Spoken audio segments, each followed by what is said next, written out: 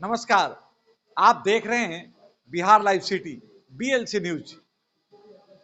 आप जिस प्रकार से पिछले दिनों मुजफ्फरपुर शहर में कुछ जगहों पे आपने देखा कि भूमाफियाओं का किस प्रकार से तांडव चल रहा था, जिसका एक रिपोर्ट हमने आपको कुछ दिन पहले भी दिखाया है केदारनाथ रोड का, जिसमें भूमाफियाओं के द्वारा किस प्रकार से वहां पर जमीन के जो मालिक हैं, जो मकान के जो मालिक हैं, उनको किस प्रकार से उन लोगों ने प्रताड़ित करने का काम किया था। यहां तक कि प्रताड़ना के अनुसार में उन्होंने एससी एसटी का एक्ट का एक केस भी उस भूमि मालिक के ऊपर करने का काम किया था उस भूमाफिया ने। यानी कि प्रशासनिक सांठगांठ भूमाफियाओं से किस प्रकार से है, यह एक उदाहरण आपको पहले भी हमने दिखाया है। आज हम फिर एक मुद्दा को लेकर के आपके बीच आए हैं, जो मुद्दा पिछले महीने का है, गोलाबांध रोड की। जिस गोलाबांध रोड में बरसों पुरानी जो मोहल्ले हैं, जिस मोहल्ले में बरसों पुरानी जो घर बनी हुई है, उन तमाम घरों के चौहद्दी में, यहाँ की उनके कागज के चौहद्दी में भी, यानी जो केवाला है उस केवाला के चौहद्दी में भी सड़क दर्शाया गया है। उसके बावजूद भी उस सड़क पर कुछ दबंग भूमाफियाओं ने अपना एक मंजिल मकान तो बना ही लिया है और नीचे में भी वो सड़क को बंद करने की आयोजन में चल रहे हैं। जिस क्रम में पिछले दिनों एक बड़ी घटना हुई थी। लक्ष्मी शाह नामक एक व्यक्ति हैं जो गोलाबांध रोड में बरसों से रह रहे हैं, जिनके ऊपर उसी के बगल के रहने वाले एक व्यक्ति और उनके दबंग वार्ड पार्षद, जो कि वार्ड 21 के केपी पप्पू, जो कि काफी अपनी दबंगता के लिए प्रचलित हो चुके हैं इस शहर के अंदर में, उनके द्वारा किस प्रकार से उनके घर पर जानलेवा हमला किया गया, जिसको लेकर आज एक प्रेस कॉन्फ्रेंस चल रही है राष्ट्रीय कानून कल्याण महासभा के। राष्ट्रीय कानून कल्याण महासभा जो कि हमेशा समाज में उन लोगों के साथ खरा उतरती है जिनके ऊपर में किसी भी प्रकार की अन्याय होता हुआ दिखता है उन्हें। आज हम जानेंगे राष्ट्रीय कानून कल्याण महासभा के जो इस प्रेस कॉन्फ्रेंस में क्या सब मुद्दा है, किस बात को लेकर ये लोग यहाँ पर बैठक कर रहे हैं और बैठक के माध्यम से प्रेस रिलीज जारी कर रहे हैं। आप अपना परिचय दें पहले। मेरा नाम हुआ महेश प्रसाद गुप्ता, राष्ट्रीय अध्यक्ष राष्ट्रीय कानून कल्याण महासभा। क्या मुद्दा है आपका? मुद्दा है कि 16/1 जनवरी में एक घटना घटी थी गोलाबांध रोड लक्ष्मी शाह के घर पर। वहां पर 21 नंबर वार्ड के पार्षद है केपी पप्पू। उसने जबरन जो है वो दीवार खड़ा कर रहा था, इन्होंने घर के सामने रोकने का काम किया। उस पर जो है से केपी पप्पू, उसके भाई जीवन और कुछ गुंडे लोगों को बुलाकर घर में घुस गया और पिस्टल निकालकर लक्ष्मी शाह पर वार किया। उनकी पत्नी को मारा, उनकी बेटी को मारा और एक लड़की है 15 साल के, उसे जबरदस्ती रूम में खींच कर ले जा रहा था। फिर मोहल्ले के लोग दौड़े तो भागा, सब मुंह तोपे हुआ था, भागा। इसके लिए हम लोग प्रशासन के पास जाकर थाने में एक आवेदन दिए लक्ष्मी शाह जी ने, जिसका आज तक एफआईआर नहीं हुआ। देखिए ये कितना संगीन मामला है कि इतनी सारी वारदातें हुई और इसको लेकर जब आवेदन थाना में दिया गया तो उस पर जो कार्रवाई होनी चाहिए थी वो कहीं ना कहीं प्रशासनिक अचूक दिखता है, जिसका परिणाम है कि आज राष्ट्रीय कानून कल्याण महासभा के ये लोग इस बात को लेकर चिंतित हैं कि इतना सारा वारदात होने के बावजूद भी प्रशासन के द्वारा किसी प्रकार की कानूनी कार्रवाई नहीं की गई आरोपितों के ऊपर में।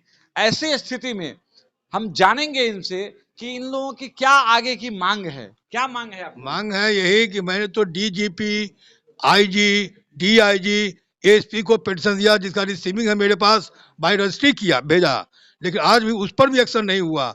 तो अब हम लोगों ने 6 मार्च को पूरे बिहार से हमारे समाज के लोग आएंगे, अदर समाज के भी लोग आएंगे और आकर इस आंदोलन, बड़ी संख्या में आंदोलन होगी प्रशासन के खिलाफ। अगर उसको अरेस्ट नहीं करता है और एफआईआर नहीं होती है, उसके विरुद्ध में हम लोग एक बहुत बड़ा आंदोलन करेंगे। पहले 6 तारीख के दिन बैठक होगी, बैठक के बाद धरना होगा, मसाल जुलूस निकलेगा, भूख हड़ताल होगा और अब होगा प्रशासन के विरुद्ध। यानी देखिए किस प्रकार से प्रशासनिक कार्रवाई चल रही है मुजफ्फरपुर के अंदर में कि लोग अपनी एक आवेदन पर एफआईआर कराने के लिए आंदोलित होने की योजना बना रहे हैं। जबकि वहीं दूसरी ओर अगर आप देखें तो कई भूमाफियाओं के साठ घाट में प्रशासनिक पदाधिकारी किस प्रकार से किसी भी व्यक्ति के ऊपर किस प्रकार से एफआईआर करते हुए उनको कार्रवाई करने का काम करते हैं, यह आप लोगों से छिपा हुआ नहीं है। ये बड़ा ही चिंतनीय विषय है जिला प्रशासन को लेकर और भूमाफियाओं के तांडव के साठ गांठ को लेकर। हम तमाम दर्शक बंधुओं से निवेदन करेंगे कि आप इस रिपोर्ट को अधिक से अधिक लाइक करें, शेयर करें और सब्सक्राइब करें।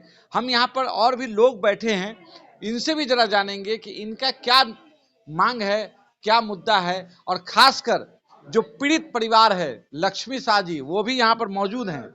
लक्ष्मी शाह जी से हम जानेंगे, क्या नाम हुआ आपका? लक्ष्मी शाह। आप बताएं कि एक महीना लगभग होने को है, क्या सब कार्रवाई हुआ अभी तक?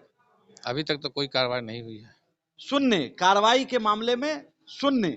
यानी कि अगर जिला प्रशासन जिसकी मुख्य जिम्मेवारी होती है, उनकी जितनी भी तनख्वाह उनको मिलती है वो इसी बात को मिलती है कि वह इस शहर में रहने वाले नागरिकों की सुरक्षा की सबसे पहले दायित्व ले। लेकिन ऐसे परिस्थिति में अगर शहरवासियों का एक आवेदन उनके थाने में जाता है और उस पर कोई कार्रवाई नहीं होती है, यह थोड़ा चिंतन का विषय है। मैं लक्ष्मी शाह जी से जानूंगा शॉर्ट में कि उस दिन क्या हुआ था। उस दिन हुआ था कि रात में घर में घुस गए, दीवार जोड़ रहे थे, जोड़ के पुलिस को हम खबर किए। पुलिस आई, पुलिस के कहने पर पुलिस कही कि नहीं जोड़ने के लिए। पुलिस के चले जाने के बाद फिर जोड़ने लगे, तब क्या किए हम लोग उसको तोड़ दिए।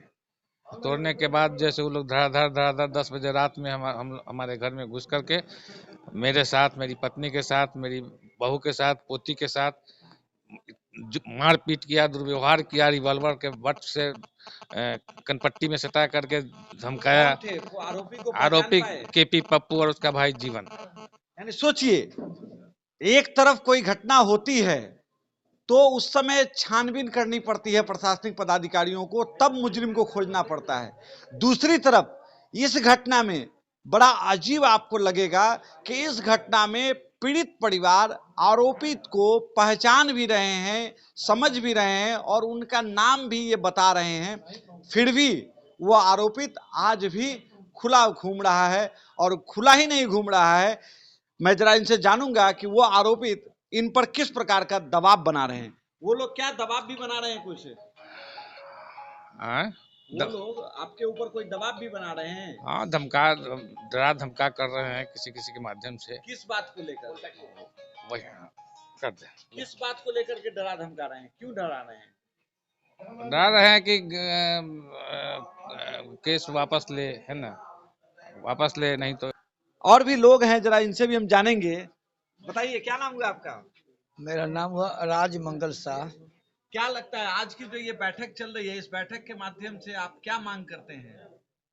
मांग तो बहुत लंबा है। उसमें पहला है कि जो सार्वजनिक रास्ता है उस रास्ता को इंक्रोचमेंट करके, तो नगर निगम को ध्यान देना चाहिए कि जो सार्वजनिक रास्ता है उस रास्ता को इंक्रोचमेंट करके उसके ऊपर पिलर दे करके बिल्डिंग बना दिया और उसके बगल में जिसका घर है, जिसका दरवाजा है, उस दरवाजा को मतलब ब्लॉक करने का काम केपी पप्पू जी के द्वारा हुआ। जो बहुत ही सार्वजनिक रास्ता को नगर निगम को केयर करना चाहिए, उस पर ध्यान देना चाहिए कि रास्ता को, सार्वजनिक रास्ता को जब अवरुद्ध कर दिया जाएगा तो लोग जाएंगे आएंगे कैसे। उसी क्या लगता है कि वो जो मकान बनी है वो ढा देनी चाहिए, क्या लगता है? अगर नगर निगम को लग रहा है, नगर निगम को लगना भी चाहिए। और सार्वजनिक, वहाँ मोहल्ला के बहुत सारे लोग हैं, बहुत घनी आबादी है, उस आबादी के लोगों से पूछना चाहिए कि रास्ता नगर निगम का है या पर्सनल रास्ता है। और जो अगर है तो उनका नक्शा होगा, उनके नगर निगम में नक्शा है, नक्शा का पैमाइश करे, नापे और उसको अतिक्रमण मुक्त करे। आप पूरे पूरे मांग आप लोग करते हैं? बिल्कुल बिल्कुल होना चाहिए, अतिक्रमण मुक्त होना चाहिए, क्योंकि आज जो मुजफ्फरपुर स्मार्ट सिटी बन रही है, उस स्मार्ट सिटी के अंतर्गत बहुत सारा अतिक्रमित लोग हैं, उनको जब तोड़ा जा सकता है तो उसको क्यों नहीं तोड़ा जा सकता है। देखिए, एकदम सही मांग आज राष्ट्रीय कानून कल्याण महासभा के बैठक में उठ रही है कि जब शहर में सड़क किनारे पोखर के भिंडा पर अगर कोई अतिक्रमणकारी बसे हुए हैं तो उनको जब उजाड़ा जा सकता है, तो वैसे स्थिति में अगर किसी सड़क पर कोई बिल्डिंग बना लिया है तो क्या उसका बिल्डिंग नहीं टूटना चाहिए? यह जो मांग उठ रही है आज राष्ट्रीय कानून कल्याण महासभा के इस बैठक में, यह 100% जायज है। मैं भी बिहार लाइव सिटी न्यूज के माध्यम से बड़े पदाधिकारियों की ओर को ध्यानाकृष्ट कराना चाहूंगा कि इस प्रकार के अतिक्रमणकारियों को अतिक्रमण मुक्त सड़क बना का योजना लाई जाए और उनको अतिक्रमण मुक्त किया जाए उस सड़क को। अगर उस सड़क को अतिक्रमण मुक्त कर दिया जाता है तो उस सड़क को लेकर जो यह पिछले दिनों विवाद हुआ, वैसा विवाद शायद होगा ही नहीं। आप देख रहे हैं बिहार लाइव सिटी।